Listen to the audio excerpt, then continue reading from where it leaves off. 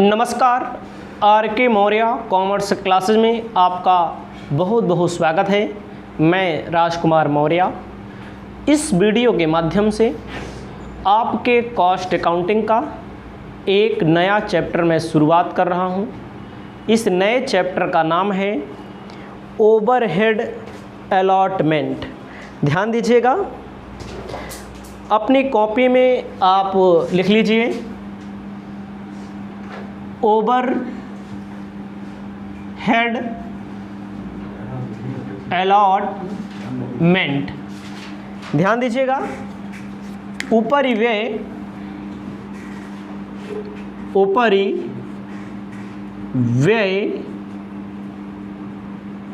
आवंटन ना।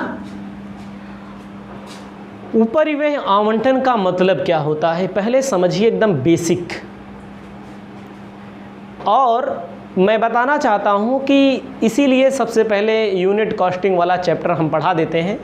Unit costing से काफ़ी कुछ सीखने को मिल जाता है।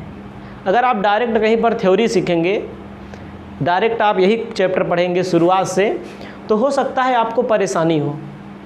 तो इसके बारे में अगर आपने पढ़ा होगा यूनिट वाला चैप्टर पीछे, तो आपको ज़रूर मिला होगा प्राइम कॉस्ट। प्राइम कॉस्ट का formula direct material, direct labour, direct expenses.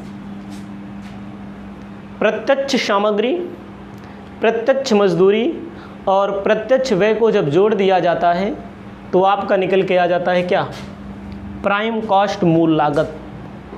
इसको कैलकुलेट करना बहुत आसान है ना, लेकिन आपको ये जानकारी होनी चाहिए, जहां पर मान लीजिए दो सामान बनते हैं,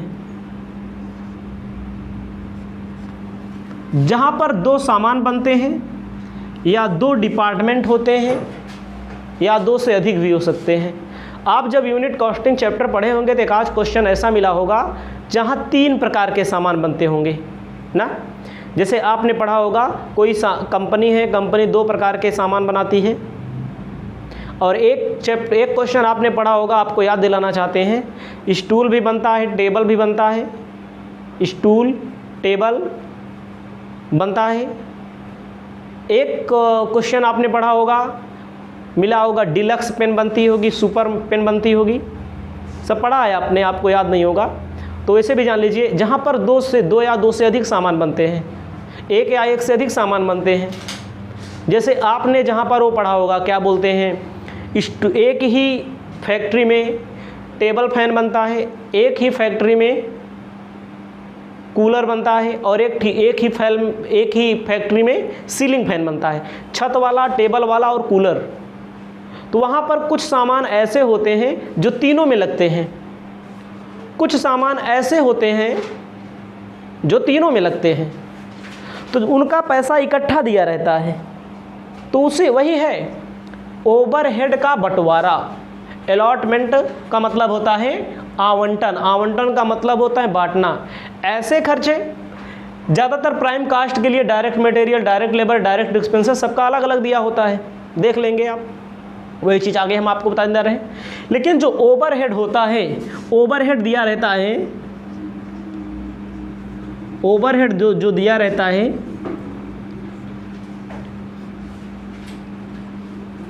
एक में ही दिया रहता है। ओवरहेड क्या दिया रहता है, एक में ही दिया रहता है। उसको हम लोग क्या करते हैं, अपनी सुविधा के अनुसार बांटते हैं। वही चैप्टर है, ठीक है। तो आपको बताना चाहते हैं, इसमें मेन टॉपिक बता देंगे, ठीक है, ताकि आपको समझ में आ जाए और आपको कोई दिक्कत ना मिले। ओवरहेड में फैक्ट्री ओवरहेड होता है, आप जानते हैं। ओवरहेड में क्या होता है, फैक्ट्री ओवरहेड होता है,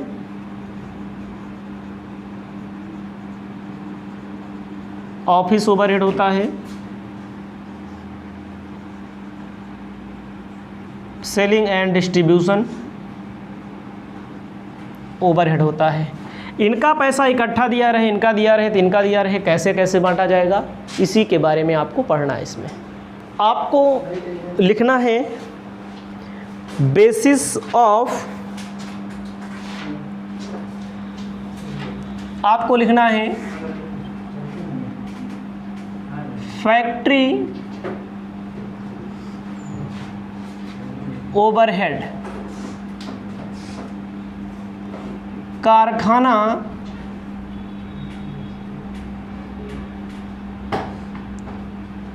उपरिव्यय। क्या लिखना है? कारखाना उपरिव्यय। कारखाना उपरिव्यय में डिस्ट्रीब्यूशन कैसे किया जाता है?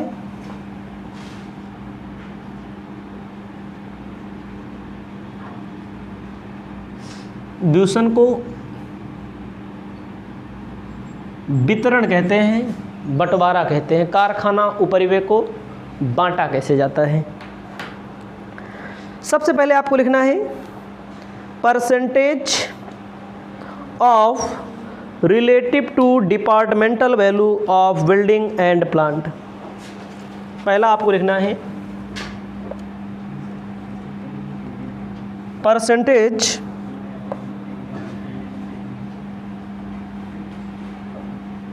Relative to departmental value of building and plant. Value of building and plant लिखना है विभाग के भवन व प्लांट के मूल्यों का प्रतिशत अनुपात द्वारा। विभाग के भवन व प्लांट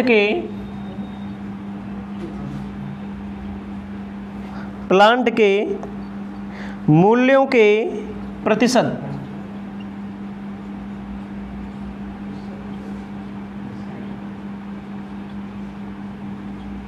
समझिएगा हमारी बात को, द्वारा लिख लीजिए, एकदम अच्छे से समझना है, ज़्यादा कुछ इसमें है भी नहीं। कहा गया है जो उपरिव्यय भवन व प्लांट से संबंधित होते हैं विभिन्न विभागों के भवन व प्लांट के मूल्यों के अनुपात में बांटा जाता है। हमारी बातों को समझिए। किसी विभाग में प्लांट लगा गया है या बिल्डिंग लगाया गया है, अगर वहाँ पर कोई ओवरहेड खर्चा हो रहा है, उपरिव्यय खर्चा हो रहा है, समझिएगा, 2 प्लांट है, 2 बिल्डिंग है विभाग में, तो उनका जो बंटवारा होता है मूल्यों के आधार पर होता है। किसके आधार पर? मूल्यों के आधार पर होता है। किसके आधार पर होता है? मूल्य मतलब प्राइस, वैल्यू के आधार पर होता है। समझिएगा, नहीं तो भूल जाओ, बहुत टॉपिक वाला को है। एग्जाम्पल के लिए, जैसे प्लांट और, जैसे मान लीजिए प्लांट है एंड बिल्डिंग है, इस पर अगर आपको डिप्रिसिएशन लगाना है, डिप्रिसिएशन निकल के आता है इस पर। प्लांट एंड बिल्डिंग का इंश्योरेंस होता है। प्लांट एंड बिल्डिंग के इंश्योरेंस के अलावा जैसे इंटरेस्ट ऑन कैपिटल, पूंजी पर ब्याज।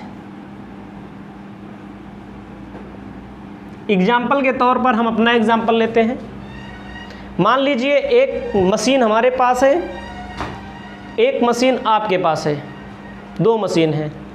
दोनों का डिप्रिसिएशन अगर कहीं पर इकट्ठा दिया गया है तो किस आधार पे मानेंगे? हो सकता है आपकी मशीन का दाम 1 लाख रुपया हो और हमारी मशीन का दाम 2 लाख रुपया हो, तो और मान लीजिए डिप्रिसिएशन दोनों का दिया है 50,000,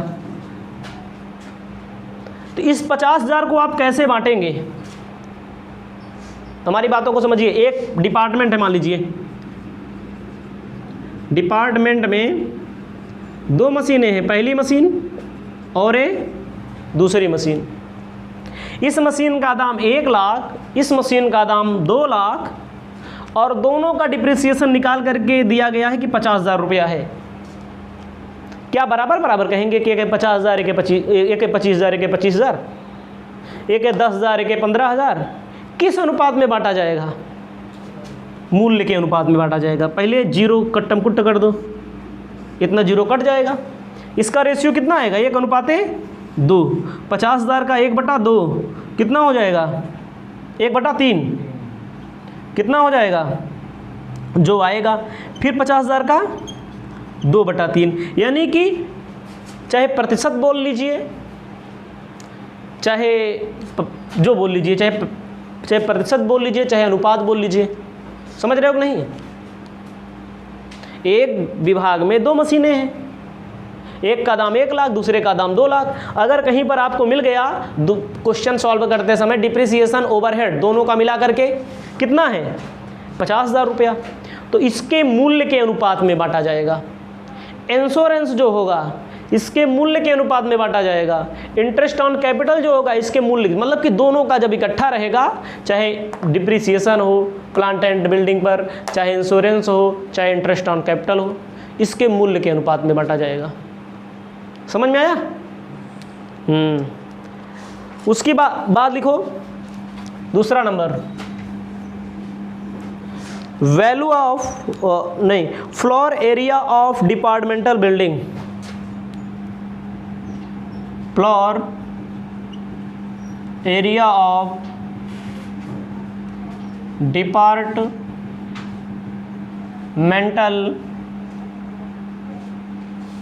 बिल्डिंग। ठीक है, विभागीय भवन के क्षेत्रफल द्वारा, विभागीय भवन के क्षेत्रफल द्वारा। इसका मतलब क्या हुआ? जैसे आप समझिएगा, कोई फैक्ट्री है, फैक्ट्री में, इसको समझ में आ गया होगा ना, फैक्ट्री में बहुत सारी मशीनें लगी होती हैं। फैक्ट्री का कभी कभी रेंट देना पड़ता है। लाइट होती है, लाइट मतलब बिजली जो जलती है। उसके बाद तापन मतलब हीटिंग होती है। समझ रहे हैं? मशीनें जो हीट करने के लिए लगाई जाती, हीटिंग होती है। उसके बाद हीटिंग लाइट हो गया, रेंट। तो आप समझिएगा, एक मशीन है तो एक विभाग में बहुत सारी मशीनें होती हैं।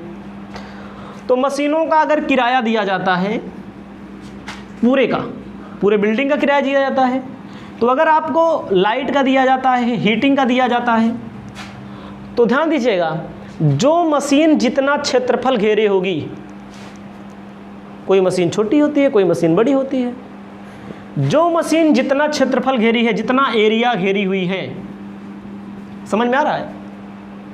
एक बिल्डिंग है, एक में बहुत मशीनें होती हैं। रेंट अगर दिया जाएगा, किसी एक का माना जाएगा जितना एरिया घेरी हुई रहती है। देखो किसी क्वेश्चन में मिलता है, अभी मैंने आपको मशीन हावर रेट वाला पढ़ाया था ना, तो उसमें मिलता नहीं था कि 1/5 एरिया घेरी है, 1/4 एरिया घेरी है। तो रेंट है, बिल्डिंग है, लाइट है, हीटिंग है, किस में बांटा जाएगा इसको? Area wise. समझ में आया?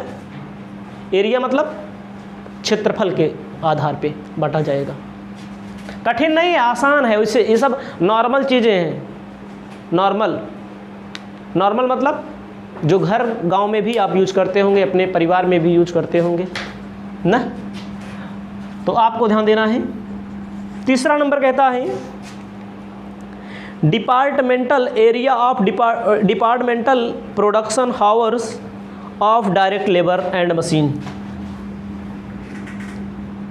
Departmental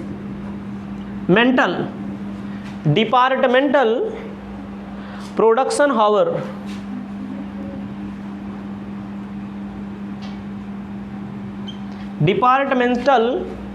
hour of direct labour and machine.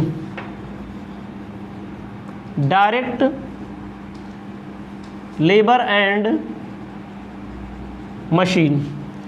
कहा गया है प्रत्यक्ष श्रम मशीनों के विभागीय उत्पादन घंटों द्वारा। हिंदी में कहा गया है प्रत्यक्ष श्रम व मशीनों के विभागीय उत्पादन व मशीनों के विभागीय उत्पादन घंटों द्वारा। समझिएगा, आप समझ सकते हैं, आपने मशीन हावर रेट पढ़ा पीछे। जैसे आप देखिए लेबर होते हैं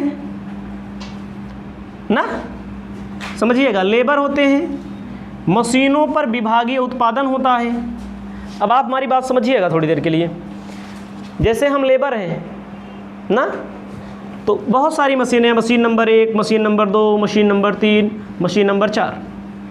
हमारा ही मजदूरी 15,000 रुपया है एक महीने की। तो हो सकता है इस मशीन पर कुछ घंटा काम किया हो, कुछ घंटा इस मशीन पर काम किया हो, कुछ घंटा इस मशीन पर काम किया हो, कुछ घंटा इस मशीन पर काम किया हो। मशीन हावर रेट में आपने भी पढ़ा था पीछे, सुपरवाइज़र का पैसा, मेंटेनेंस का पैसा, जितना घंटा जिस मशीन पर व्यय किया जाएगा, जितना घंटा जिस मशीन पर ना। तो लेबर और मशीनों का जो डिपार्टमेंटल उत्पादन है घंटों द्वारा, जितना घंटा किया जाएगा, भाई आप वैसे समझिए, कहीं पर आप काम करने जाएंगे तो क्या आधार पे मजदूरी लेंगे। मान लीजिए बहुत सारी मशीनें हैं ना, तो जो घंटा आप काम किए रहेंगे, अगला लेबर है, अगला लेबर जितना घंटा काम, मतलब कि घंटों के आधार पर लिया जाएगा। इसको आप समझिएगा। उसके बाद number of employ each department, चौथा नंबर घंटों के आधार पर हो गया वाला। Number of employ each department. Number of employ each department का मतलब क्या होता है, हिंदी में लिख लो पहले। विभागों में कर्मचारियों की संख्या द्वारा, विभागों में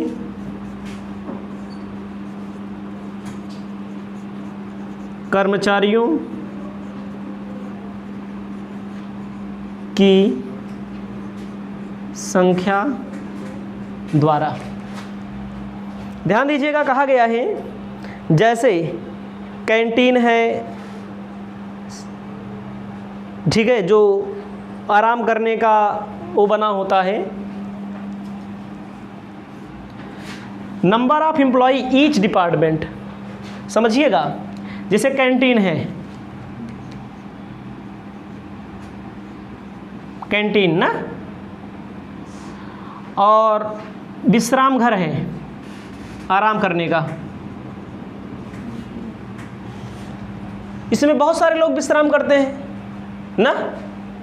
तो संख्या के आधार पर, किसकी संख्या के आधार पर, विभागों की संख्या, डिपार्टमेंट, नंबर ऑफ डिपार्टमेंट के आधार पर इसका एलोकेशन होगा, इसका आवंटन होगा। उसके बाद है टेक्निकल एस्टीमेट।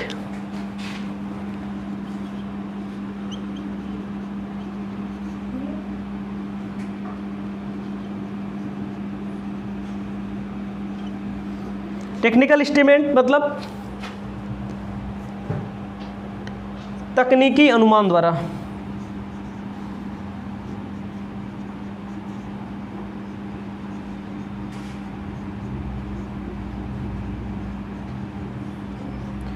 तकनीकी अनुमान में क्या करना है, कहा गया है जैसे लाइट,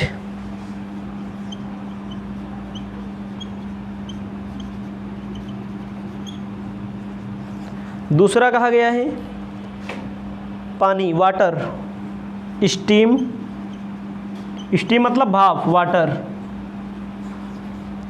ठीक है। उसके बाद गैस, गैस, एयर मतलब हवा।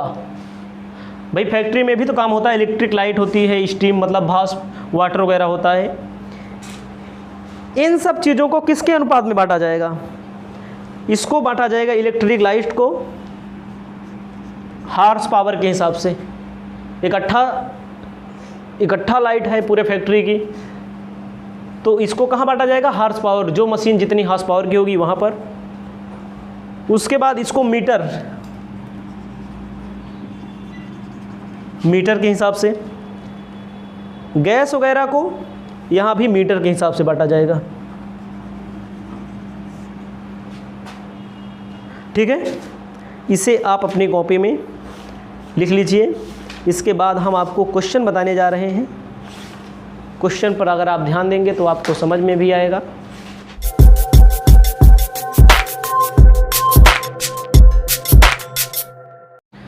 आप पढ़ रहे हैं ओवरहेड अलॉटमेंट चैप्टर। आपको सबसे पहले क्वेश्चन नंबर फर्स्ट पर ध्यान देना है। क्वेश्चन नंबर फर्स्ट अपना कहता है, हिंदी और इंग्लिश दोनों में क्वेश्चन दिख रहा है, आपकी जैसी इच्छा हो वैसे पढ़ेंगे। हिंदी में कहता है, एक कारखाने में वर्ष में 260 दिन 8 घंटा प्रतिदिन कार्य किया जाता है। एक कारखाना है, एक फैक्ट्री है, 260 दिन पूरे साल भर में 8 घंटा एक दिन काम किया जाता है। कारखाने में 250 श्रमिक कार्यरत हैं। कुल दिनों का 5% कार्यहीन समय है। कारखाने में कुल उपरिव्यय 35,000 है। प्रत्यक्ष श्रम घंटा दर बताइए। In a factory work is done 8 hour per day for 260 day in a year.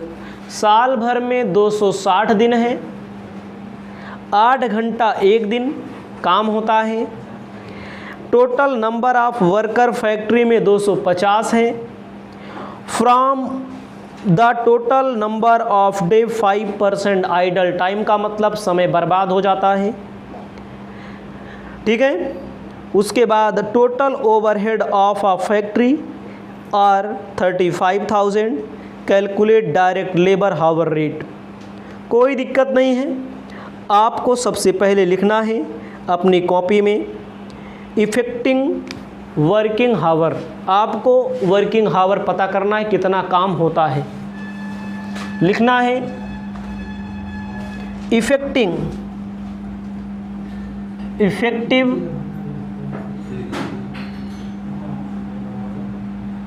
Working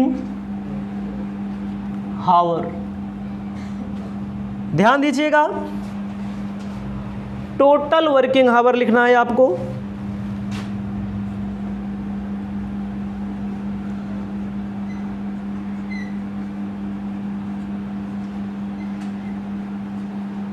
total working हावर में आपको ध्यान देना है, साल भर में 260 दिन काम होता है, एक दिन में 8 घंटा, है ना।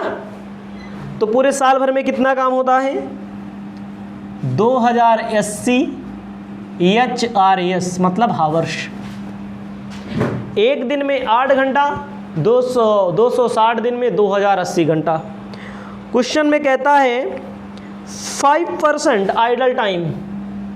आइडल टाइम का मतलब क्या होता है? पेपर में पूछा जाता है शॉर्ट टाइप क्वेश्चन में, पेपर में जब पूछा जाएगा शॉर्ट टाइप में आइडल टाइम का मतलब जो वर्कर काम करने आते हैं, मान लीजिए 8 घंटे के लिए, तो क्या वह 8 घंटा काम करते हैं? मैं कोचिंग पढ़ाता हूँ 1 घंटे के लिए, तो क्या मैं 1 घंटा पर डे कोचिंग पढ़ाता हूँ? नहीं पढ़ाता हूँ। 15 मिनट 20 मिनट बर्बाद हो जाता है।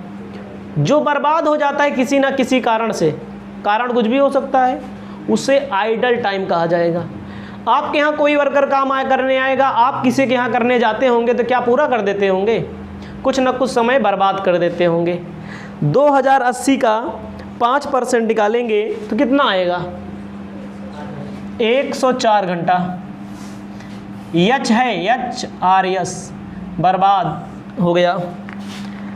आपका निकल के आएगा 1976 HRS, 1976 घंटा आपका काम निकल के आएगा। क्वेश्चन में साफ साफ बोला है ओवरहेड कितना दिया है 35,000, टोटल ओवरहेड जो दिया है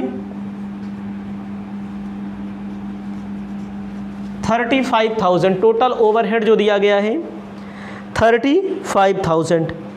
क्वेश्चन में आपको निकालना है direct labour hour rate, direct labour hour rate, direct labour hour rate, प्रत्यक्ष श्रम घंटा दर। 35 सूत्र लिखना पड़ेगा आपको। Total overhead divide by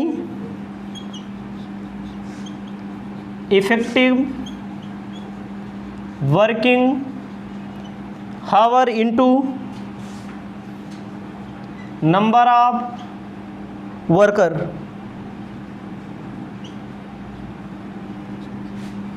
total overhead कितना दिया गया है 35,000 दिया गया है, इफेक्टिव 1976, नंबर ऑफ वर्कर कितने हैं 250, आपका निकल के आ जाएगा 0.07 रुपये से रेट निकल के आ जाएगा।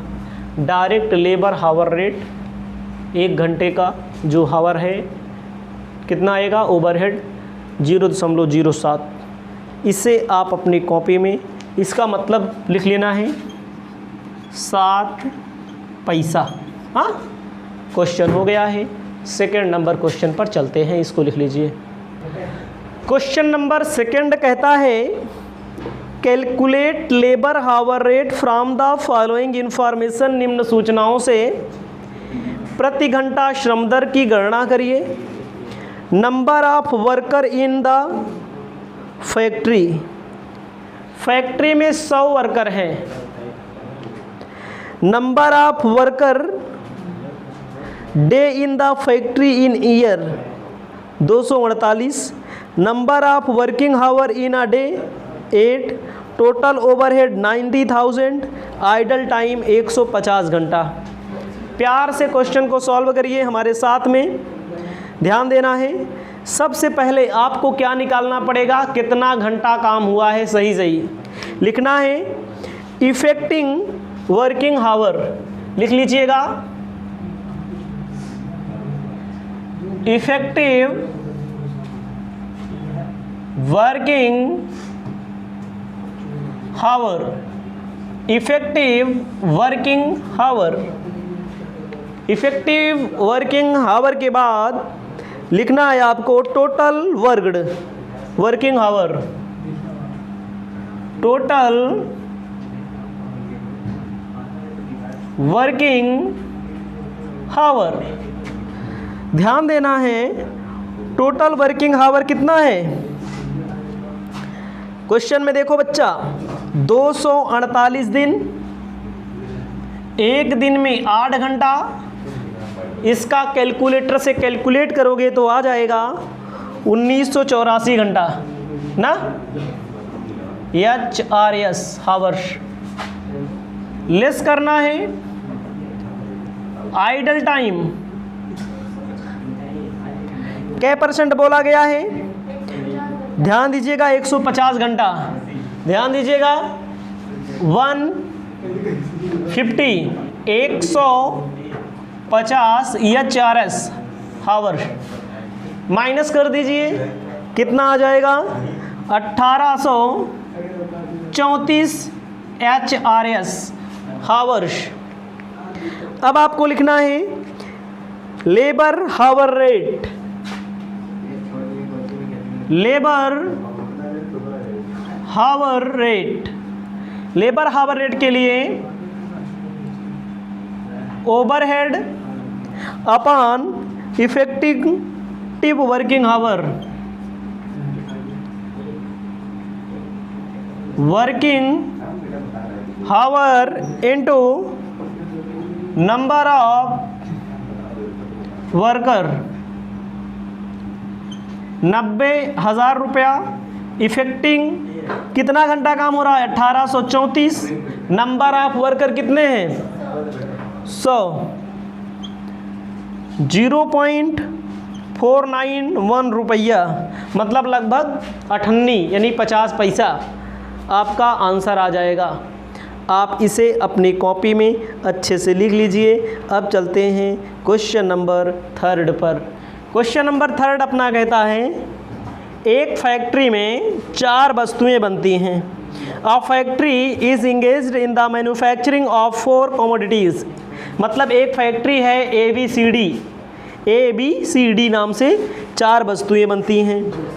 If the factory manufacture only 1 commodity, ध्यान दीजिए, यदि कारखाने में एक ही वस्तु बनाई जाए तो मासिक उत्पादन A का 5, B का 10,000, C का 15,000, D का 30,000 इकाइयाँ हो सकती हैं। एक माह में प्रोडक्शन हुआ है 675 unit, 1800 unit, 4050 unit, 9450 unit. Overhead 18,000 दिया है। ध्यान दीजिएगा, एकदम स्पष्टता से बात बताना चाहते हैं। कितने यूनिट हैं आपको लिखना है। सबसे पहले क्वेश्चन में आपको दिया गया है A की 5,000 इकाइयाँ, B की 10,000 इकाइयाँ, C की 15,000 इकाइयाँ, D की 30,000 इकाइयाँ हो सकती हैं। समझिएगा, एक ही प्रोडक्शन हो तो सबसे पहले लिखना है 5,000 unit, 5,000 unit of A, 5,000 unit of B, 5,000 unit of C, 5,000 unit A लिखिए बस, समझिएगा ए। ध्यान दीजिएगा, क्वेश्चन कहता क्या है। क्वेश्चन में कहता है एक कारखाने में 4 प्रकार की ABCD कारखाने में एक ही वस्तु बनाई जाए तो मासिक उत्पादन A की 5,000, B की 10,000, C की 15,000, D की 30,000। कोई बात नहीं है, आपको ध्यान देना है, लिखना पड़ेगा इसमें 5,000 A का बनेगा। और मान लीजिए B अकेले बनाया जाए, 10,000 यूनिट ऑफ B। ध्यान दीजिएगा, और इसके लिए भी मान लीजिए A के स्थान पे यूनिट ऑफ C, अगले के लिए 30,000 यूनिट ऑफ D। समझिएगा थोड़ी देर के लिए, 5,000 अगर A बनाया जाएगा, इसको ना बनाया जाए, इसको बनाया जाए तो कितना, B वाला कितना बनेगा, A वाला A ना बनाया जाए, C वाला बनाया जाए तो कितना बनेगा 15,000, A वाला A 5,000 ना बनाया तो कितना बनेगा 30,000। तो आपको समझना है इसकी तुलना में A कितना बढ़ जाएगा, कितना आइटम बनेगा 2, A कितना बनेगा 3, A कितना बनेगा 5 नहीं 6। तो आपको लिखना है that is 2 item, that is 2 item. इसके लिए that is 3 item, that is 6 item. समझिएगा हमारी बात को। कह रहा है अगर मान लीजिए A बनाया जाएगा तो 5,000 बनेगा, B बनाया जाएगा तो 10,000 बन जाएगा, यानी कि 10 डबल हो जाएगा, 2 समान। A बनाया जाएगा तो 5,000 बनेगा, C बनाया जाएगा तो कितना बन जाएगा 3 आइटम बन जाएगा, A बनाया जाएगा तो D बन जाएगा तो 6 आइटम बन जाएगा। यही करना है। रेशियो कितना बनेगा इसका, आउटपुट रेशियो, आउटपुट रेशियो में 6:3:2:1, मतलब कि 6, 3, 2 और 1, इसके लिए 1 रखा जाएगा। ठीक है। एक्चुअल यूनिट कितना प्रोडक्शन हुआ है? एक्चुअल यूनिट प्रोडक्शन हुआ है ए का, देखो इसे से लिख लो 675। उसके बाद कितना हुआ है देखो 1800। उसके बाद कितना हुआ है 4050। उसके बाद कितना हुआ है 9450। अब इसका रेशियो निकालना पड़ेगा आपको। रेशियो निकालना पड़ेगा, कैसे आएगा? 675 गुणे 6, इससे गुणा होगा इसका, अनुपाते 1800 गुणे 3 अनुपाते 4050 गुणे 2 9450 गुणे 1। इसका रेशियो निकाल लेना पड़ेगा। इसका गुणा करेंगे तो आपका आ जाएगा, यहाँ पर समझ में आया 4050। इसका गुणा करेंगे तो 18 तिरिक 5400। इसका होगा तो 9000, नहीं यहाँ पर हो जाएगा 4100। यहाँ पर हो जाएगा 9450। इसको जब आपस में काट लिया जाएगा तो अनुपात बनेगा 3:4:6:7। अब आपका ओवरहेड टोटल कितना दिया है देखो, फैक्ट्री ओवरहेड टोटल दिया है 12,000, नहीं 12 नहीं है 81,000। बांट दीजिए, बांट देंगे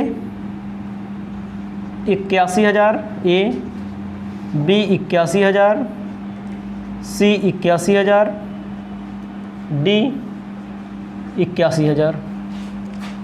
ठीक है। 3 4 6 7, 4 3 7 7 14, 14 6 20, 3/20, 4/20, 6/20, 7/20 निकाल लिया जाएगा।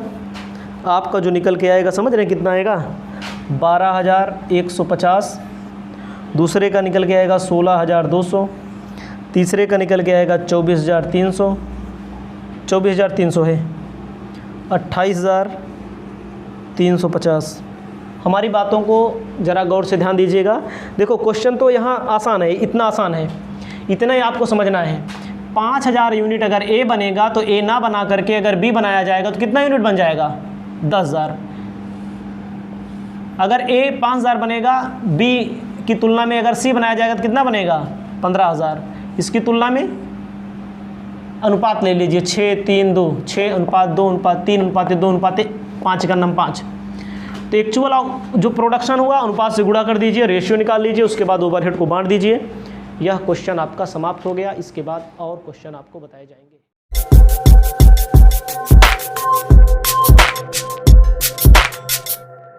आप पढ़ रहे हैं ओवरहेड अलॉटमेंट। क्वेश्चन नंबर 4 आपको ध्यान देना है। क्वेश्चन नंबर 4 कहता है Rehan furniture house manufacturer stool chairs and table. Rehan furniture house है। रेहान फर्नीचर हाउस मैन्युफैक्चरिंग करते हैं स्टूल, चेयर और table. Total factory overhead for the month of March 50,000। Factory overhead का कुल कारखाना उपरिव्यय 50,000। You are required to find out amount of overhead chargeable to each product assuming that one table is equivalent to 4 stool. मतलब कि एक मेज 4 stool के बराबर, 1 चेयर इक्विवेलेंट 2 स्टूल, एक चेयर 2 स्टूल के बराबर। The production during this month was 1000 stool, 500 chair, 125 table. बहुत ही अच्छा क्वेश्चन है। आपको क्वेश्चन को एक बार अच्छे से पढ़ लेना है। आपको अपनी कॉपी में सबसे पहले लिखना है क्या, क्वेश्चन को एक क्वेश्चन यूनिट वाले चैप्टर में मिला भी होगा। आप अगर यूनिट वाला चैप्टर पहले पढ़े होंगे तो ध्यान दीजिएगा। सबसे पहले आपको अनुपात निकालना पड़ेगा, ratio of factory overhead, ratio of factory overhead, कारखाना उपरिव्यय का रेशियो। क्वेश्चन में देखिए कह रहा है एक टेबल 4 स्टूल के बराबर ना। आपको लिखना है 1 टेबल इक्वल टू 4 स्टूल, एक टेबल 4 स्टूल के बराबर। तो क्वेश्चन में देखो टेबल कितना बन रहा है 125। टेबल ना बना के स्टूल बनाया जाएगा तो 125 गुणे 4 कितना हो जाएगा भैया 500। क्या बनेगा स्टूल। समझिएगा हमारी बात को, एक टेबल 4 स्टूल के बराबर। तो टेबल हमारा 125 है, टेबल को स्टूल में कन्वर्ट किया जाएगा तो 500 स्टूल आपका बन करके तैयार हो जाएगा। उसके बाद आपको ध्यान देना है 1 chair 2 stool, 1 chair equal to 2 stool.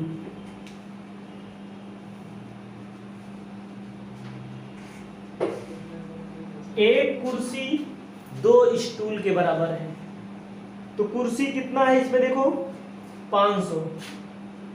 कुर्सी को अगर स्टूल में तब्दील किया जाए तो कितनी कुर्सी बन जाएगी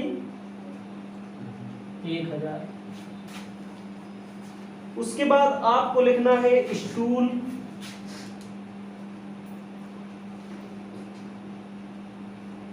चेयर, स्टूल चेयर टेबल। तो स्टूल हमारा कितना बोला है क्वेश्चन में देखिए। स्टूल हमारा बोला 1000, चेयर को स्टूल में कन्वर्ट किया तो कितना आया 500, टेबल को कन्वर्ट किया तो 1000, सॉरी चेयर हमारा 1000 आया है, ठीक है। टेबल हमारा कितना आया है, टेबल हमारा आया है 500, ठीक है 500 दिया है। स्टूल हमारा 1000 होगा, ठीक है। चेयर हमारा 1000 बन जाएगा, चेयर, ठीक है। और टेबल मतलब मेज, मेज की संख्या 500 हो जाएगी, सबको स्टूल में तब्दील कर दिया जाएगा। तो आपको अनुपात निकाल देना है 500 इकन्नम 500, 500 दूना 1000, 500 दूना 1000। फिर से समझिए एक बार, आप क्वेश्चन में क्या बोला है। क्वेश्चन में देखिए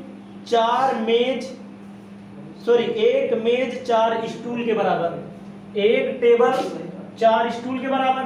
टेबलों की संख्या रखेंगे 125, टेबल है, स्टूल में कन्वर्ट किया जाए तो कितने स्टूल बन जाएंगे 500। चेयर 500 है, एक चेयर 2 स्टूल के बराबर है, तो इसको स्टूल में कन्वर्ट करेंगे कितना हो जाएगा 1000। स्टूल अपने में 1000 कॉमन है, सबको स्टूल में कन्वर्ट किया गया तो स्टूल कॉमन है। चेयर कितना बनेगा 1000, टेबल कितना बनेगा 500। तो आपको ध्यान देना है, ठीक है। आपको ध्यान देना है, अनुपात हमारा निकल के आ गया। ओवरहेड कैसे चार्ज किया जाएगा भैया? ओवरहेड कितना है पैसा? 50,000। 50,000।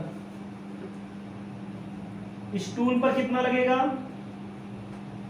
चेयर पर कितना लगेगा? टेबल पर कितना लगेगा? 50,000। 2/5 2/5 1/5 20,000 20,000 और 10,000। बताना चाहते हैं, अगर आपने यूनिट वाला चैप्टर पढ़ा होगा तो वहां इस तरह क्वेश्चन मिला होगा, नहीं पढ़ा होगा तो पढ़ेंगे आप, क्योंकि बहुत सारे बच्चे ऐसे होते हैं जो पहले चैप्टर से पढ़ना शुरू करते हैं। वीडियो हम जहां से दिए हैं वहां से पढ़ना शुरू करने वाले बच्चे आगे जाएंगे, ठीक है, अच्छा पढ़ेंगे। इसको लिख लीजिए, अगला क्वेश्चन नंबर आपको ध्यान देना है 5th। राधिका क्लॉथ स्टोर में कमीज बनती है। कमीज का मतलब होता है शर्ट। पैंट बनता है तथा फोटो का निर्माण होता है। फैक्ट्री ओवरहेड 65,000 रुपया है। समझिएगा, अलग अलग चीजें बनती हैं, फैक्ट्री ओवरहेड अलग अलग है, अलग अलग होना चाहिए। फैक्ट्री ओवरहेड इकट्ठा दिया है छोटू, आपको कैसे अलग करना है? एक कोट 4 कमीज के बराबर। फोटो मिला है, लिखा है इन्होंने, कोट होना चाहिए, इंग्लिश में कोट लिखना है, ध्यान दीजिएगा। हिंदी में फोटो छाप दिया इन्होंने, कोट होना चाहिए, ठीक है। एक कोट 4 कमीज के बराबर, 2 पैंट 1 कोट के बराबर। कमीज है 500, पैंट है 200 और कोट है 100। तो आपको लिखना है रेशियो ऑफ फैक्ट्री ओवरहेड। लिखिएगा हमारी बात, ratio of factory overhead. Ratio of factory overhead, इसमें क्या है? क्वेश्चन में देखो, एक कोट 4 कमीज के बराबर, ध्यान दीजिएगा, इसको उल्टा कर लीजिए। 4 शर्ट इक्वल टू 1 कोट। ध्यान दीजिएगा, शर्ट कितनी है? 500। शर्ट कितनी, देखो क्वेश्चन में, कमीज 500 कितनी कोट के बराबर? 4 शर्ट 1 कोट के बराबर। तो इसमें कोट अगर बनाएंगे तो कितना बनेगा? 125 कोट बनेगा। समझिएगा थोड़ी देर के लिए, अभी तक लिखते थे 1 coat equal to 4 shirt. Shirt को कॉमन मानना पड़ेगा आपको, शर्ट पहले दिया है ना, शर्ट को कॉमन मान लीजिए। तो अगर आप यहां पर 500 शर्ट हमारा बन रहा है, 4 से भाग देंगे, क्योंकि 500 जो हमारा क्या बन रहा है, शर्ट बन रहा है। अगर इसमें कोट बनाया जाएगा तो कितनी कोट बनेगी? 125 कोट बनेगी। अगला कहता है 2 पैंट 1 कोट के बराबर। 2 pants equal to 1 coat. 2 pant 1 coat के बराबर। तो हमारे पास पैंटों की संख्या कितनी है? 200 भागे 2, यानी कि सबको आपको कोट में तब्दील करना है। कोट में सबको आपको किस में तब्दील करना है? कोट में तब्दील करना है। तो शर्ट को कोट में तब्दील कर दो, पैंट को कोट में तब्दील कर दो, तो कोट ऑटोमेटिक कॉमन है, ये है, लिखना पड़ेगा shirt pant coat. Shirt pant coat. Shirt कितना बनेगा, शर्ट वाले का हिस्सा अगर कोट बनाया जाएगा तो 125, इसका 100 और इसका कितना भैया 100, 50 दोनों 50 कितना हो जाएगा 25 चौका 25 चौका 25 पंचवा 5:4:4 आपका उत्तर आ जाएगा रेशियो। फैक्ट्री ओवरहेड कितना है, फैक्ट्री ओवरहेड कितना छोटू 65,000। तो आपको लिख देना है शर्ट के लिए 65,000 गुणे 5/549 549 9 4 13, फिर 65,000 कोट के लिए, पैंट के लिए तो 4/13, कोट के लिए 65,000 गुणे 4/13 20,000 20,000 25। हमारी बातों को आप अच्छे से समझ लेंगे, अच्छे से अपनी कॉपी में लिख लेंगे, ये बड़ा महत्वपूर्ण है। ध्यान दीजिएगा, एक कोट 4 कमीज के बराबर, 2 पैंट 1 कोट के बराबर, सबको कोट में तब्दील कर दिया गया। शर्ट को कोट में, क्योंकि 560 बन रही है, एक 4 शर्ट 1 कोट के बराबर, 4 से भाग दो तो 1 कोट हो जाएगा। 200 पैंट बन रहा है, 2 से भाग दीजिए 1 कोट के बराबर, कोट ऑटोमेटिक लाइन हो गया आपका। इसे लिख लीजिए। इसके बाद हम आपको बताने जा रहे हैं क्वेश्चन नंबर 6, इसको लिख लीजिएगा। क्वेश्चन नंबर 6 कहता है charged work overhead on the basis of direct material, direct labour and prime cost. Direct material में 2,40,000, डायरेक्ट लेबर में 60,000, फैक्ट्री ओवरहेड में 48,000 दिया है। कहता है निम्न सूचनाओं पर एक उपकार्य की लागत ज्ञात करिए। प्रत्यक्ष सामग्री की लागत 25,000 रुपया है और प्रत्यक्ष श्रम की लागत 10,000 रुपया है। तो बहुत अच्छा क्वेश्चन है। तो डायरेक्ट मटेरियल, डायरेक्ट लेबर और फैक्ट्री ओवरहेड दिया हुआ है। प्रत्यक्ष सामग्री की लागत 25,000 रुपया, प्रत्यक्ष सामग्री की लागत 25,000 रुपया। तो सॉल्व करते हैं क्वेश्चन को, ठीक है। ध्यान देना है, लिखना है सबसे पहले आपको क्या, सबसे पहले आपको परसेंटेज निकालना पड़ेगा। ध्यान दीजिएगा, direct material, direct labour, factory overhead दिया हुआ है। तो इसमें कह रहा है निम्न सूचनाओं से उपकार्य की लागत, प्रत्यक्ष सामग्री की लागत 25,000, प्रत्यक्ष श्रम की लागत 10,000 रुपया है। कोई बात नहीं है। तो आपको क्या करना है, सबसे पहले परसेंटेज निकाला जाता है। समझिएगा, मैंने पीछे बताया है आपको, percentage of direct material, percentage of direct material. पहला percentage of direct material, formula क्या होता है, factory overhead divide by direct material into 100। Factory overhead दिया है 48,000, डायरेक्ट मटेरियल दिया है 2,40,000 गुणे 100। ध्यान दीजिएगा हमारी बात को थोड़ा, फैक्ट्री ओवरहेड 48,000 तो आया 20%। थोड़ी देर के लिए समझिए हमारी बात को, हमारे टॉपिक्स को आप जरा समझेंगे। देखो, पहले परसेंट निकाल लेना है। परसेंटेज ऑफ डायरेक्ट मटेरियल का परसेंट निकाल लिया, मतलब जितने का मटेरियल लगा है उसका 20% फैक्ट्री ओवरहेड है, ठीक है। दूसरा लिखो,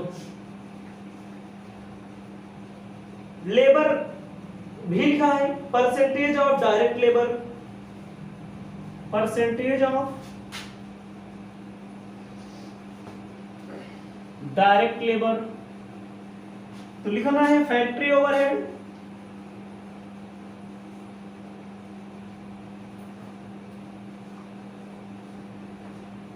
डायरेक्ट वेजेस गुणे 100।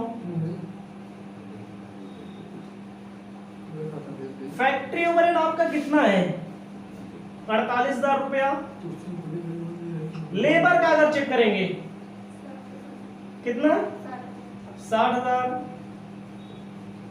गुणे 100 आपका 80% आएगा। मतलब कि लेबर का फैक्ट्री ओवरहेड अगर निकाला जाएगा तो 80%, अगर मटेरियल का निकाला जाएगा तो कितना? 20%। अगला लिखना है प्राइम कॉस्ट भी दिया है, परसेंट ऑफ प्राइम कॉस्ट। ध्यान देना है फैक्ट्री ओवरहेड प्राइम कॉस्ट का निकालना है तो 48,000 ऊपर रहेगा। प्राइम कॉस्ट में मटेरियल जुड़ता है, मटेरियल हमारा कितने का है? 2,40,000। प्राइम कॉस्ट का फॉर्मूला क्या होता है? Material plus labour, direct labour गुणे 100।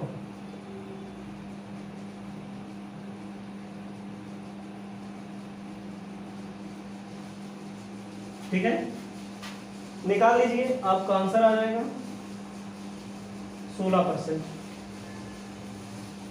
हमारी बातों को समझिएगा, अगर फैक्ट्री ओवरहेड मटेरियल का निकाल के लगाना है तो 20% निकाल लीजिएगा, तब भी उतना ही आएगा। लेबर का निकालना है तो 80% और प्राइम कॉस्ट का निकालना है तो 20%, 16%। अब आपको स्टेटमेंट आपको शो करा देते हैं, स्टेटमेंट अब आपको शो करा देते हैं, सब पे अलग अलग क्या इफेक्ट पड़ता है। ठीक है, चलते हैं, अलग अलग करके स्टेटमेंट शो कराना है। Statement of showing factory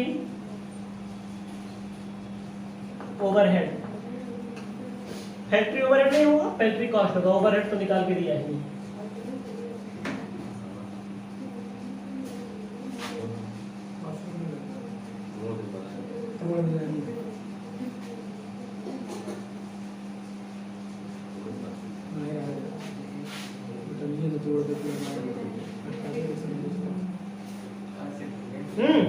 column ऐसे बना लीजिए, पहले में डाल दीजिए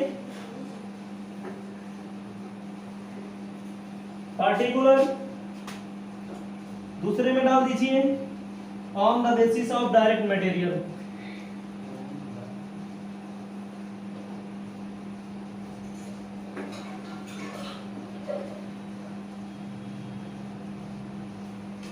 on the basis of direct labour.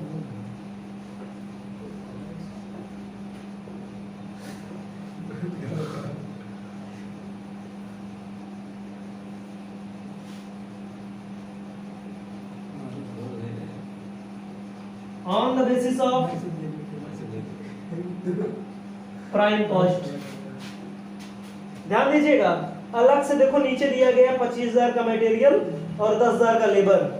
मतलब कि जो हम लोगों ने परसेंट पीछे निकाला उसके बेस पे क्वेश्चन को सॉल्व करना है। उसके बेस पे क्वेश्चन को सॉल्व करने के लिए आप अपनी कॉपी में क्या लिखेंगे? नीचे अलग से दिया, देखो मटेरियल लिया है और लेबर लिया है। ध्यान दीजिएगा, मटेरियल तो सब में वही रहेगा 25,000, 25,000, लेबर 10,000,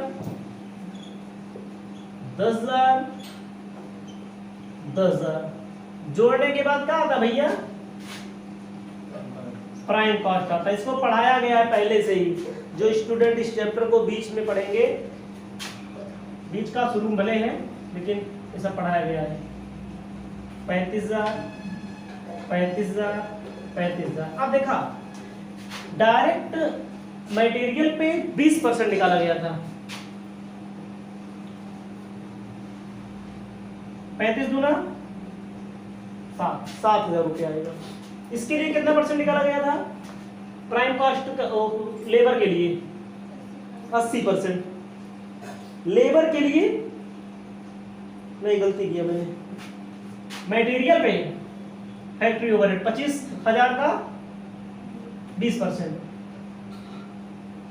25 गुना 50, 5,000। अब इस यहाँ पर लेबर का 80%, यहाँ पर कितना हो जाएगा 8,000। प्राइम कॉस्ट का 16%, 5600। समझ में आया नहीं? मतलब इस पर निकालोगे तो 20% निकाला गया है पहले, फिर इस पर निकालना पड़ेगा, फिर प्राइम कॉस्ट जोड़ ले भैया। 40,600